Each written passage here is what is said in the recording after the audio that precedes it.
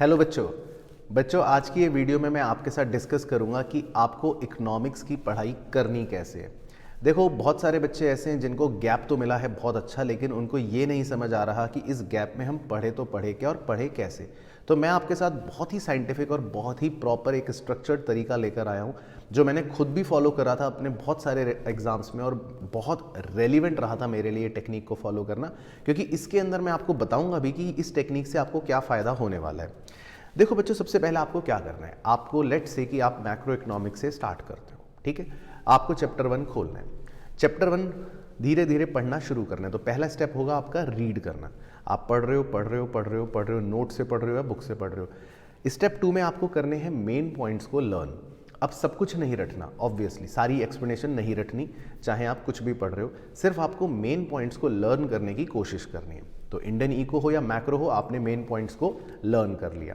उसके बाद स्टेप 3 में इंपॉर्टेंट चीज़ ये कि जितने भी लर्न करते समय या पढ़ते समय आपको फॉर्मूले दिखें, चाहे नेशनल इनकम हो, कोई भी चैप्टर हो, या कोई डेटा पॉइंट्स दिखें इंपॉर्टेंट इंडियन इको के, या जो डायग्राम्स दिखें, इन पे ज़रूर फोकस करना। तो इनको आप अपने आप खुद बनाकर देखना, फॉर्मूलों को अपने हाथों से लिख कर देखना, डेटा पॉइंट्स भी कोशिश करो याद रखो या लिख लो ताकि वो भूलो ना।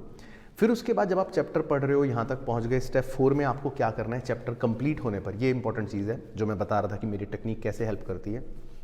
आपको उसी चैप्टर के सारे 1 मार्क्स के क्वेश्चन पर फोकस करना है। आपको किसी भी बुक के हर चैप्टर के पीछे MCQ मिलते हैं, true false, fill in the blank, reason assertion, यानी कि जो 1 मार्क्स के टाइप ऑफ क्वेश्चन होते हैं उन्हें प्रैक्टिस करना है उसी चैप्टर के, सारे चैप्टर के नहीं। जो चैप्टर पढ़ा उसको इतने अच्छे से हमें फिनिश करना है, ये ऑब्जेक्टिव है, इसीलिए उसके MCQ करने हैं। अब देखो इससे फ़ायदा क्या होता है, जब आप बहुत सारे MCQ सॉल्व करते हो तो उससे चैप्टर के एक एक कोने कोने का, एक एक अंदर की चीज़ का आपको बिल्कुल अच्छे से क्लैरिटी मिल जाती है। तो वो क्या होता है, आपको रिटेन लंबे समय तक रहता है, ये फ़ायदा मिलता है और आपका चैप्टर वो बहुत अच्छा कंप्लीट हो जाता है। तो आपने चैप्टर के MCQ कंप्लीट कर लिए। उसके बाद क्या करना है, आपने बुक रख दी, अपना चैप्टर फिनिश हो गया, क्वेश्चन सॉल्व कर लिए 1 नंबर के। अब आपको उसका एक टेस्ट पेपर सॉल्व करना है।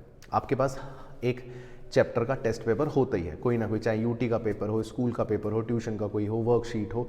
तो उस चैप्टर की 1 घंटे की लगभग 20 to 30 मार्क्स की वेटेज की आपने एक टेस्ट या वर्कशीट सॉल्व कर ली।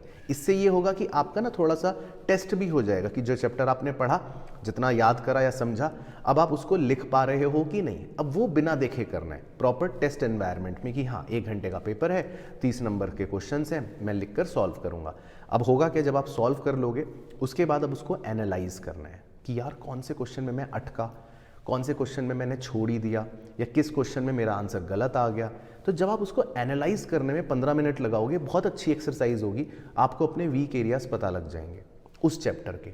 उन वीक एरियाज को अब आपको अगले स्टेप में नोट्स बनाना है। Make notes. नोट्स किसके बनाने, आपने जो गलतियां करी या जो क्वेश्चन आपने छोड़े या जिन क्वेश्चन में आप ज़्यादा नहीं लिख पाए या कुछ भी गड़बड़ हो गई, उनके नोट्स बनाए कि ये गलती हुई, ये गलती हुई, ये गलती हुई। आपके नोट्स तैयार हो गए।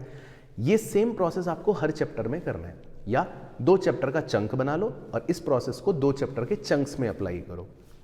अब नोट्स को छोड़ना नहीं है, हर 3 दिन के बाद आपको अगले स्टेप में उन नोट्स को रिवाइज करना है। तो देखो होगा क्या, जब आप तीसरे दिन पे पहुंचोगे तो आपने पिछले 3 दिनों में जो भी गलतियां करी होंगी टेस्ट के एनालिसिस के बेस पर, उन्हें जब आप खुद रीड करोगे तो आपको पता रहेगा, सबकॉन्शियसली वो आपके माइंड में चला जाएगा कि ये गलती नहीं करनी, ये गलती नहीं करनी है, वो गलती मेरे से हुई थी, इसका ध्यान रखना है। तो आपको खुद में बता रहा हूँ, पता भी नहीं चलेगा। आप देखना, आप इतना स्ट्रांग हो जाओगे इन सब चीज़ों में, एग्ज़ाम में बहुत ज़्यादा हेल्प मिलेगी, क्योंकि यही गलतियाँ एग्ज़ाम में होती हैं, लेकिन आप नहीं करोगे क्योंकि आपने ये पहले कर ली और सबकॉन्शियसली उनको रिकॉल भी कर लिया।